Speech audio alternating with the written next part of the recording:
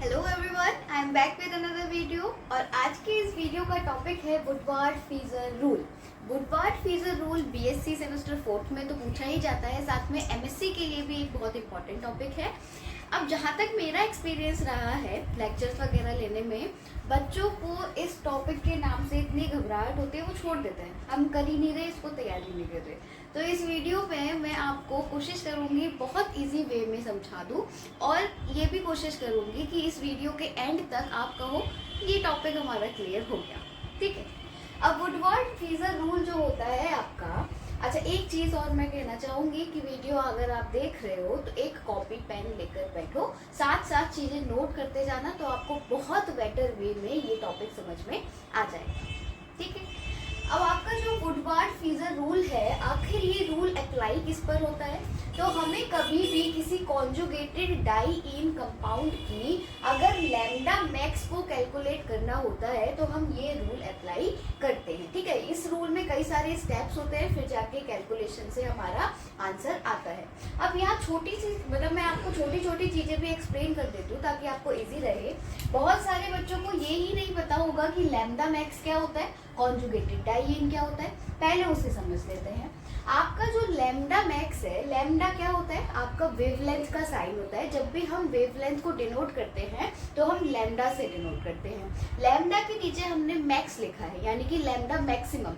इसका मतलब है कि कोई भी कंपाउंड का मैक्सिमम एब्जॉर्प्शन जिस भी वेवलेंथ पर होगा वो उस कंपाउंड की लैम्डा मैक्स कहलाएगी। ठीक है, अब आपका कॉन्जुगेटेड डाई-इन क्या होता है? कॉन्जुगेशन का सिंपल सा मतलब होता है, यही समझा देती हूँ। कॉन्जुगेशन का सिंपल सा मतलब होता है single bond, double bond, single bond, double bond. इस तरीके से अगर अल्टरनेट वे में सिंगल बॉन्ड डबल बॉन्ड आते हैं तो वो आपका कॉन्जुगेशन कहलाता है। कॉन्जुगेशन में वैसे हमारा आगे चार्ज भी आ जाता है, पॉजिटिव चार्ज, नेगेटिव चार्ज, या आपके लोन पेयर इलेक्ट्रॉन, वो अभी हम साइड में रखते हैं। अभी जो हमें मतलब है वो कॉन्जुगेशन से मतलब है single bond double bond, single bond double bond. Alternate वे में आपके सिंगल और डबल बॉन्ड आते हैं। अब डाई-इन का क्या मतलब है कि दो आपकी इन हो। इन नाम हम किसके लिए लेते हैं? इन हम लेते हैं डबल बॉन्ड के लिए। तो ऐसा कंपाउंड जिसमें मिनिमम 2 डबल बॉन्ड्स तो प्रेजेंट हो, और वो दोनों डबल बॉन्ड्स भी कैसे हो? कॉन्जुगेशन में प्रेजेंट हो, तो वो होती हैं आपकी कॉन्जुगेटेड डाई-इन्स, या ऐसे कंपाउंड्स को हम कहते हैं कॉन्जुगेटेड डाई-इन्स। तो आपका जो वुडवार्ड-फीजर रूल है वो कॉन्जुगेटेड डाई-इन वाले कंपाउंड्स की लैम्डा मैक्स को कैलकुलेट करने के लिए हम यूज करते हैं। चलिए, अब आपका रूल तो हम मतलब जो आपके टॉपिक्स हैं वो पहले पढ़ेंगे, उसके बाद अब मैं एग्जाम्पल के थ्रू आपको कैलकुलेशन सिखाऊंगी। सबसे पहले आपको कुछ टर्म्स पढ़ने हैं, जैसे ये है homoannular diene, heteroannular diene, butadiene system, alkyl substituents, exocyclic bond, ring residue और एक्सटेंडेड कॉन्जुगेशन। सबसे पहला है आपका जो टर्म वो है होमोएन्युलर डाई-इन। देखो, इसको सिंपल सी ट्रिक है याद करने की। होमो का मतलब होता है सेम, होमो का मतलब होता है सेम, हेट्रो का मतलब होता है डिफरेंट। एन्युलर जो शब्द है वो ज्यादातर साइकिल के लिए आता है, मतलब किसी भी रिंग के लिए या साइकिल के लिए हम वर्ड यूज करते हैं, वो होता है एन्यूल, है ना। तो आपका होमोएन्युलर का मतलब हो गया सेम रिंग में या सेम साइकिल में क्या हो, डाई-इन प्रेजेंट हो, यानी कि दोनों डबल बॉन्ड प्रेजेंट हो, तो वो आपका होमोएन्युलर डाई-इन कहलाता है। फॉर एग्जाम्पल, मान लो ये आपका कंपाउंड है, इसमें 2 रिंग्स हैं, 2 साइकिल्स आपको दिख रही हैं, 2 रिंग्स आपको दिख रही हैं, और 2 ही डबल बॉन्ड दिख रहे हैं, लेकिन दोनों डबल बॉन्ड एक ही रिंग के अंदर प्रेजेंट हैं, इस वाली रिंग में कुछ भी नहीं है, तो ये हो गया आपका होमोएन्युलर डाई-इन। अब साथ साथ ये भी लिखते जाना कि जो डिफरेंट आपके सिस्टम्स हैं उनकी बेस वैल्यू क्या होती है, या उनकी लैम्डा मैक्स की वैल्यू क्या होती है, क्योंकि यही वैल्यू से हम कैलकुलेशन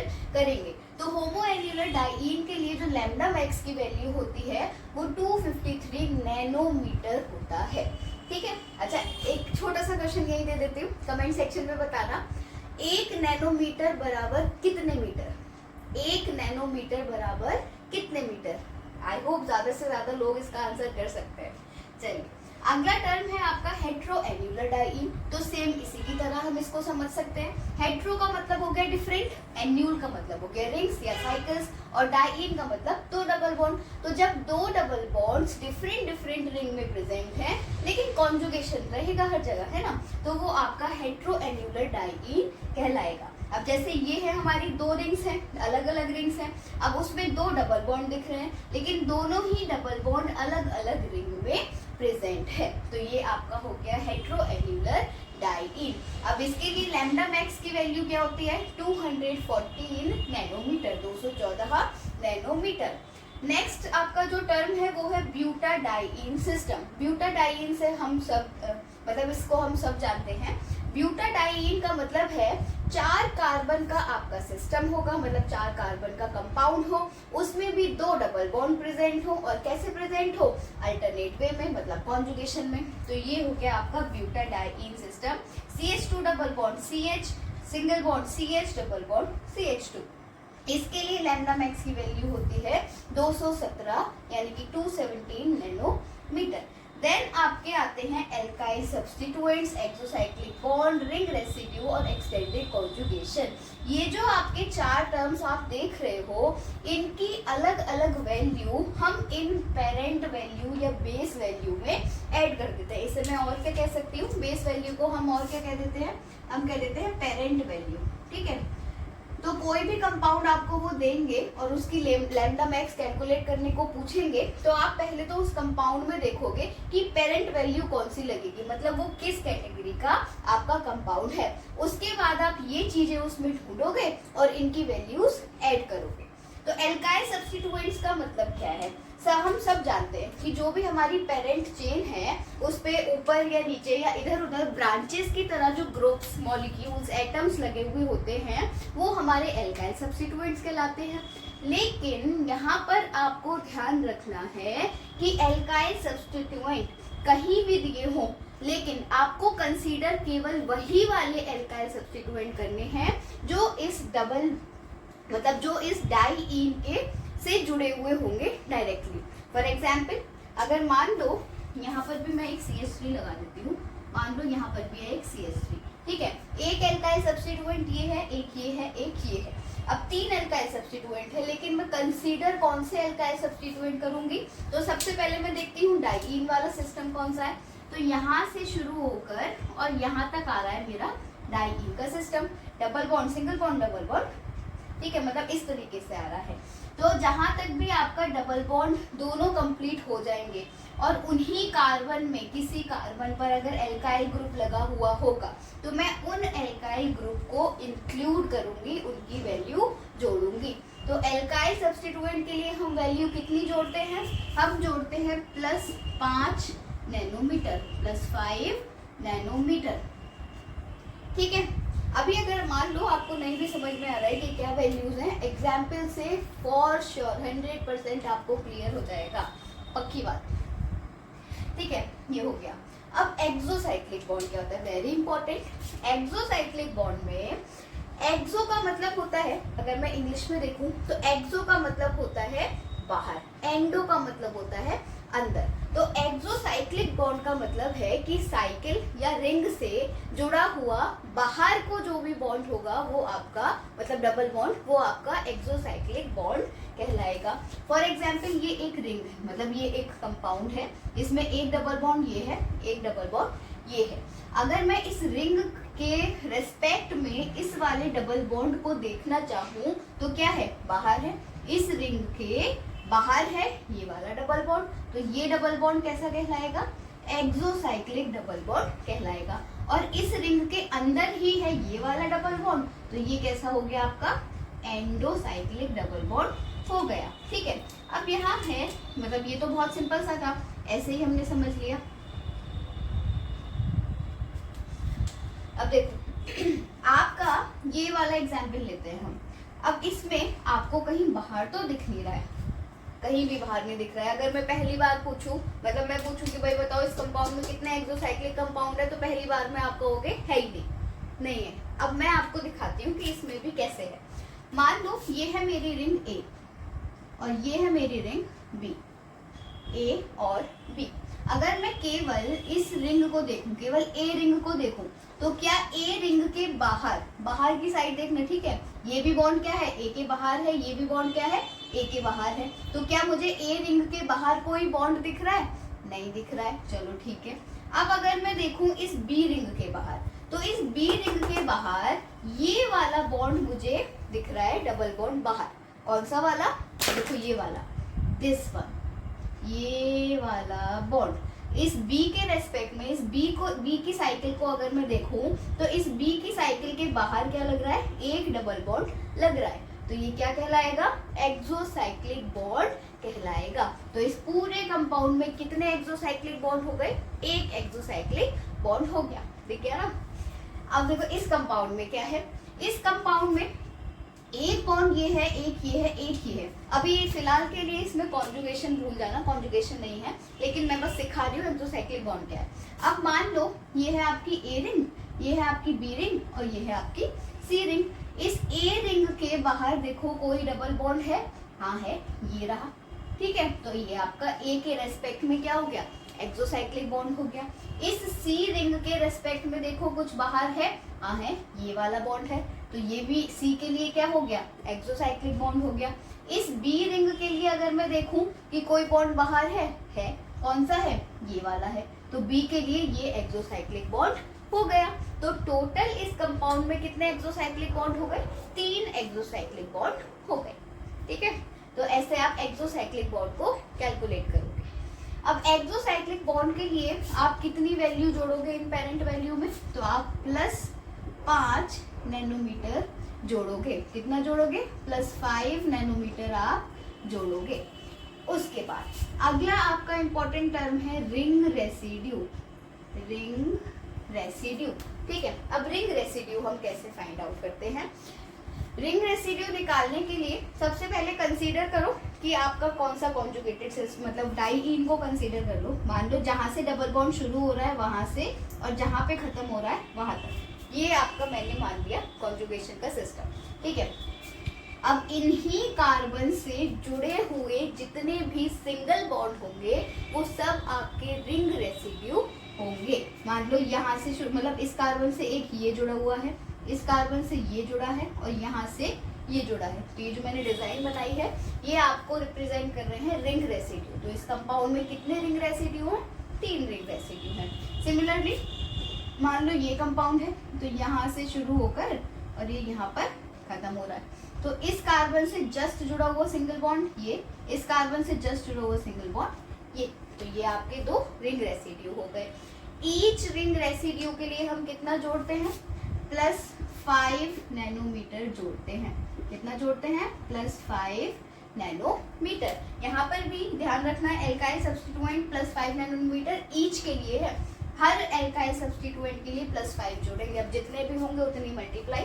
ऐसे ही हर एक्सोसाइक्लिक बॉन्ड के लिए +5 नैनोमीटर। मतलब फॉर एग्जांपल अगर यहाँ 3 एक्सोसाइक्लिक बॉन्ड है इस कंपाउंड में, तो मैं 3 × 5 = 15 नैनोमीटर जोड़ूंगी। लास्ट टर्म आपका एक्सटेंडेड कॉन्जुगेशन क्या होता है? एक्सटेंडेड का मतलब होता है आगे को बढ़ा हुआ, आगे को खींचा हुआ। हमने किसी चीज को और ज्यादा आगे बढ़ा दिया, खींच दिया। तो एक्सटेंडेड कॉन्जुगेशन का मतलब है कि अगर हम कॉन्जुगेशन सिंपल मान के चल रहे हैं, 2 डबल बॉन्ड्स तो होने ही होने हैं, उसके बाद भी अगर single bond double bond single bond double bond चला ही जा रहा है तो वो आपका एक्सटेंडेड कॉन्जुगेशन कहलाएगा। अब मान लो ये मैंने माना से double bond single bond double bond, इस तरीके से ये आपका कॉन्जुगेशन में आ रहा है। अब इसके आगे भी फिर से क्या है? सिंगल बॉन्ड डबल बॉन्ड, यानी कि कॉन्जुगेशन क्या हो गया? एक्सटेंड हो गया। तो ईच एक्सटेंडेड कॉन्जुगेशन, जितनी बार कॉन्जुगेशन एक्सटेंड होगा उसके लिए मैं +30 यानी कि +30 नैनोमीटर जोड़ूंगी। अब आपके लिए अगर मैं ये वाला देखती हूँ, मान लो मैंने ये वाला सिस्टम लिया है जो मेन है। ठीक है, ये भी मैं बताऊंगी कि मैंने वो क्यों लिया, इधर वाला क्यों नहीं लिया, बताऊंगी। अब मान लो ये आपका मेन सिस्टम है। इसके बाद भी आपने आगे क्या देखा? सिंगल बॉन्ड डबल बॉन्ड, एक बार कॉन्जुगेशन बढ़ा, फिर से क्या है? सिंगल बॉन्ड डबल बॉन्ड, 2 बार कॉन्जुगेशन बढ़ा। तो इसमें मैं क्या करूंगी? 2 × 30 नैनोमीटर, यानी कि मैं प्लस 60 नैनोमीटर कर दूंगी पेरेंट वैल्यू में। ठीक है, अब हाँ यहाँ पर एक नोट लिखना, अपना अपना ये सब लिखने के बाद एक नोट डालकर लिखना कि कभी भी किसी कंपाउंड में होमो एन्युलर डाइईन और हेट्रो एन्युलर डाइईन दोनों अगर दी हैं तो हम कंसीडर किसे देंगे करेंगे या प्रायोरिटी किसे देंगे, होमो वाले को देंगे। ठीक है, तो ये यहाँ पर क्या था, अगर मैं इन दोनों को कंसीडर करती तो ये क्या हो जाते, हेट्रो हो जाते, इसलिए मैंने इस रिंग को कंसीडर करा क्योंकि ये होमो एन्युलर डाइईन है। तो आप कभी भी अगर दोनों दी हो तो होमो एन्युलर डाइईन को कंसीडर करोगे, उसकी पेरेंट वैल्यू लगाओ। ठीक है, तो ये सब नोट कर लो आप। अब हम करेंगे बहुत सारे एग्जाम्पल सॉल्व और ये टॉपिक हो जाएगा क्लियर। तो देखो मैंने ये एग्जाम्पल्स लिखे हैं आपके लिए, कुछ एक एक करके सॉल्व करेंगे। सब है, इजी भी है, टफ भी है, सब सीख जाओ। ठीक है, अच्छा मैं यहाँ आपको एक चीज़ और बता देती हूँ, ये जो अभी हमने ये पूरा कॉन्सेप्ट पढ़ा है या मैंने जो एग्जाम्पल्स लिए हैं उसमें फंक्शनल ग्रुप वाले मैंने अभी इंक्लूड नहीं करे हैं, वो फिर किसी और वीडियो में पढ़ेंगे क्योंकि उसके लिए हमें बहुत सारी चीज़ों की वैल्यूज देखनी पड़ेगी। अभी आपके लिए जो इम्पोर्टेंट है वो इतना है, एनफ, मतलब इतना एनफ है आपके लिए। ठीक है, चलिए कैलकुलेट करना। अब कैसे हम स्टेप बाय स्टेप देखेंगे। सबसे पहले डिसाइड करो कि पेरेंट वैल्यू कौन सी लगानी है, तो उसके लिए देखो कि आपकी कौन सा वाला सिस्टम है, कौन सी टाइप की रिंग है। ठीक है, अच्छा पहले स्टेप भी बता देती हूँ। अब जब आपने रिंग डिसाइड कर ली उसके बाद देखो कि जो आपका कॉन्जुगेशन वाला सिस्टम है, डबल बॉन्ड से शुरू करके डबल बॉन्ड तक खत्म करके, तो उसमें कितने एल्काइल सब्स्टिट्यूएंट लगे हुए हैं उस हिसाब से वैल्यू जोड़ दो। उसके बाद देखो एक्सोसाइक्लिक बॉन्ड कितने हैं वो वैल्यू जोड़ दो। फिर देखो रिंग रेसिड्यू कितने हैं वो वैल्यू जोड़ दो। और लास्ट में देखो कि एक्सटेंडेड कॉन्जुगेशन कितना है वो वैल्यू जोड़ दो। सारी वैल्यूज जोड़ने के बाद आपको टोटल वैल्यू जो मिलेगी वो उस कंपाउंड का लैम्डा मैक्स की वैल्यू होगी। ठीक है, अब मान लो ये आपका कंपाउंड है, हमें दिख रहा है कि ये वाला जो आपका रिंग है उसमें ही डबल बॉन्ड प्रेजेंट है। इसका मतलब ये कैसी रिंग है, होमो एन्युलर रिंग है या होमो एन्युलर डाइईन है। ठीक है, तो होमो एन्युलर डाइईन के लिए जो आप पेरेंट वैल्यू लगाओगे वो कितनी लगाओगे, अभी आप लोगों ने पीछे लिखी 253 नैनोमीटर।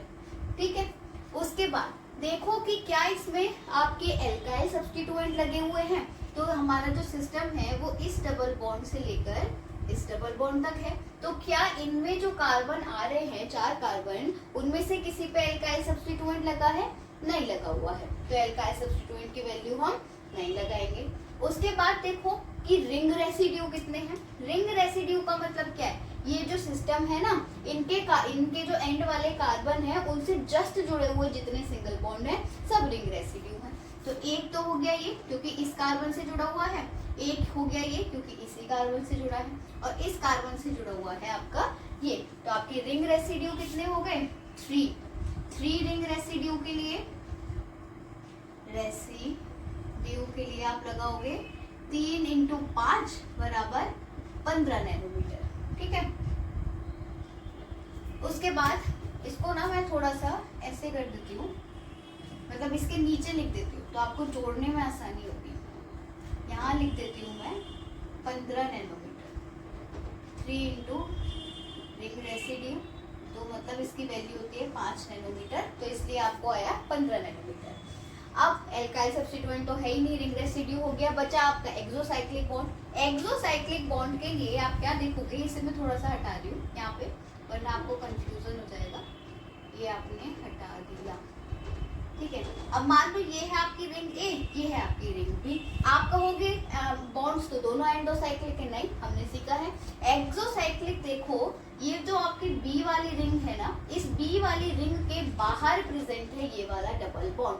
अगर मैं इस ए को ढक दूं तो इस बी के बाहर प्रेजेंट है जस्ट चिपका हुआ ये वाला डबल बॉन्ड, यानी कि आपका एक एक्सोसाइक्लिक बॉन्ड प्रेजेंट है। तो एक एक्सोसाइक्लिक बॉन्ड के लिए आप लगाओगे 5 नैनोमीटर। उसके बाद क्या इसमें एक्सटेंडेड कॉन्जुगेशन है, नहीं है, क्योंकि केवल 2 ही डबल बॉन्ड है, उसके आगे तो single bond single bond single bond ही है। अगर इसके आगे सिंगल बॉन्ड और यहाँ डबल बॉन्ड होता तो एक बार एक्सटेंडेड कॉन्जुगेशन की वैल्यू में लगाती। तो बस इतना ही है इसमें। तो ये सब आपने कैलकुलेट किया, 15 5 20 और 253 यानी कि 273 नैनोमीटर आपका आया इस कंपाउंड का लैम्डा मैक्स। देखा कितना सिंपल, बहुत सिंपल, सब सिंपल है, सारे टॉपिक सिंपल होते हैं, बस एक बार समझ आ जानी चाहिए। अगला टॉपिक, अगला क्वेश्चन है, अब ये है आपके हेट्रोएन्युलर डाइईन, क्योंकि जो डबल बॉन्ड्स हैं वो क्या है, दो अलग अलग रिंग में प्रेजेंट है। तो मैं जो पेरेंट वैल्यू लगाऊंगी, अब मैं इसको ना शॉर्ट में लिख देती हूँ, जो मैंने लगाई पेरेंट वैल्यू वो मैं लगाऊंगी हेट्रोएन्युलर के लिए 214 नैनोमीटर, ठीक है। उसके बाद देखते हैं एल्काइल सब्स्टिट्यूएंट, कहीं भी नहीं लग रहे हैं, कोई है ही नहीं, 0। उसके बाद देखते हैं रिंग रेसिड्यू, तो रिंग रेसिड्यू के लिए मान लो ये मेरा सिस्टम यहाँ से शुरू होकर यहाँ पे खत्म हो रहा है, तो इस कार्बन से जुड़ा हुआ एक तो हो गया ये, ऐसे बीच वाले से जुड़ा हुआ ये, और इससे जुड़ा हुआ ये, ठीक है। तो ये आपके 3 रिंग रेसिड्यू हो गए, आर लिख देती हूँ। तो 3 रिंग रेसिड्यू के लिए आप लगाओगे 15 नैनोमीटर। उसके बाद एक्सटेंडेड कॉन्जुगेशन दिख रहा है, नहीं दिख रहा है, 2 ही डबल बॉन्ड है, उसके आगे कुछ भी नहीं है, सिंगल बॉन्ड डबल बॉन्ड नहीं है। उसके बाद एक्सोसाइक्लिक बॉन्ड जब मैं देखूंगी तो मैं दोनों रिंग्स को अलग अलग देखूंगी। कैसे देखूंगी, मान लो ये है हमारी ए, ये है हमारी बी, तो क्या इस बी वाली रिंग से चिपका हुआ बाहर की तरफ कोई डबल बॉन्ड है, नहीं है।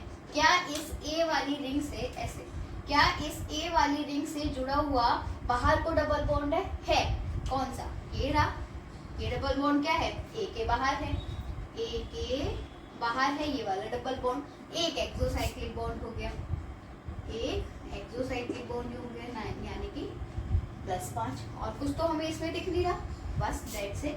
अब आप जोड़ दो, 15 5 20 214 यानी कि 234 नैनोमीटर आपका आया आंसर। सिंपल है। नेक्स्ट क्वेश्चन, अब इसमें बच्चे हो जाते हैं थोड़ा सा कंफ्यूज। अब आप बेटा ये ध्यान रखो कि रिंग में तो डबल बॉन्ड है ही नहीं, तो ना मैं इसको होमोएन्युलर बोल सकती हूँ, ना मैं हेट्रोएन्युलर बोल सकती हूँ। ये कौन सा सिस्टम है, ये आपका ब्यूटाडाइईन वाला सिस्टम है। तो सिस्टम कहाँ से शुरू हो रहा है, इस कार्बन से शुरू हो रहा है, इस कार्बन तक, डबल बॉन्ड से डबल बॉन्ड तक, ये है आपका सिस्टम। तो आपके ब्यूटाडाइईन की पेरेंट सिस्टम की जो पेरेंट वैल्यू होती है वो लगाओगे आप, यानी कि 217 नैनोमीटर। उसके बाद देखो एल्काइल सब्स्टिट्यूएंट कितने हैं, एक और एक आपका 2, मतलब ये जो इस कॉन्जुगेशन वाले डबल बॉन्ड है उसी कार्बन पर जो जुड़ रहा होगा वो आपका एल्काइल सब्स्टिट्यूएंट होगा। तो आपका क्या हुआ, एल्काइल सब्स्टिट्यूएंट कितना हुआ, 2 यानी कि 10 नैनोमीटर, 2 × 5, ठीक है। उसके बाद रिंग रेसिड्यू, इन्हीं कार्बन से रिंग में जुड़े हुए जो आपके सिंगल बॉन्ड होते हैं, अभी तक हमने रिंग रेसिड्यू कहाँ देखे, रिंग रेसिड्यू के नाम में क्या रहा है, रिंग, यानी कि रिंग में देखेंगे। तो यही जो डबल बॉन्ड के कार्बन है उससे जुड़ा हुआ रिंग में जो भी आपका सिंगल बॉन्ड है वो आपका रिंग रेसिड्यू ये है और ये है। तो 2 रिंग रेसिड्यूज हो गए, आर यानी कि 10 नैनोमीटर, ठीक है। उसके बाद क्या इसमें एक्सटेंडेड कॉन्जुगेशन है, नहीं है, क्योंकि बस double bond single bond double bond, फिर सिंगल बॉन्ड के अगर आगे एक और डबल बॉन्ड होता ना तो वो एक्सटेंडेड कॉन्जुगेशन होता। एक्सोसाइक्लिक बॉन्ड, तो एक्सोसाइक्लिक बॉन्ड तो है। अगर रिंग के बाहर देखूं तो ये वाला जो डबल बॉन्ड है वो रिंग से जस्ट जुड़ा हुआ है, बाहर को है, तो आपका क्या हो गया, एक एक्सोसाइक्लिक बॉन्ड हो गया, यहाँ लिख देती हूँ तो 2, एक आपका एक्सोसाइक्लिक बॉन्ड हो गया यानी कि 5। तो अब आप इसको कैलकुलेट कर लो, 10 10 20 25 और आपका हो गया 5 52 242, सही है, 7 5 12 और ठीक है, ये आ गया आपका 242 नैनोमीटर इसका लैम्डा मैक्स। इसके लिए देखते हैं लैम्डा, अगर मैं इसके लिए देखूं तो दोनों जो डबल बॉन्ड है वो अलग अलग रिंग में है, यानी कि हेट्रोएन्युलर है। हेट्रोएन्युलर के लिए आपकी जो पेरेंट वैल्यू है वो कितनी है, 214 नैनोमीटर है। उसके बाद एक्सोसाइक्लिक बॉन्ड, क्या ये डबल बॉन्ड इस रिंग के जस्ट बाहर है, नहीं। क्या ये डबल बॉन्ड इस रिंग के जस्ट बाहर है, नहीं, मतलब एक्सोसाइक्लिक बॉन्ड है ही नहीं। एल्काइल सब्स्टिट्यूएंट, क्या इन डबल बॉन्ड से कार्बन से जस्ट जुड़ा हुआ कोई एल्काइल सब्स्टिट्यूएंट है, नहीं है। रिंग रेसिड्यू, रिंग रेसिड्यू का ना सबसे आसान तरीका होता है कार्बन को मार्क कर दो ऐसे करके, ये है आपका सिस्टम, है ना। तो इस कार्बन से जुड़ा हुआ जस्ट ये है, इस कार्बन से जुड़ा हुआ जस्ट ये है, इस कार्बन से जुड़ा हुआ ये है और आपका ये है। 4 आपके रिंग रेसिड्यू हो गए।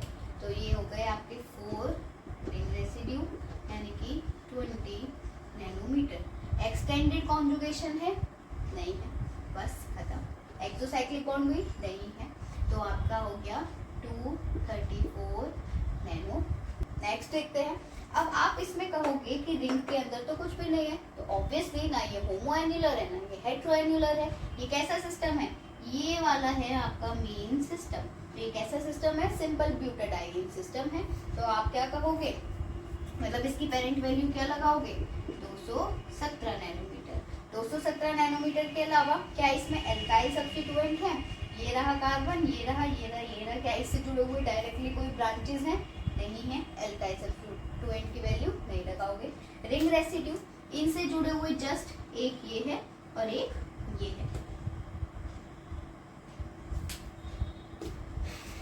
एक ये है और एक ये, ठीक है। तो आपके रिंग रेसिड्यू कितने हो गए? 2 रिंग रेसिड्यू हो गए यानी कि 10। एक्सोसाइक्लिक बॉन्ड कितने हैं? 2 एक्सोसाइक्लिक बॉन्ड है। इस रिंग के बाहर एक ये है, एक ये है, तो 2 आपके एक्सोसाइक्लिक बॉन्ड हो गए यानी कि 10। एक्सटेंडेड कॉन्जुगेशन है?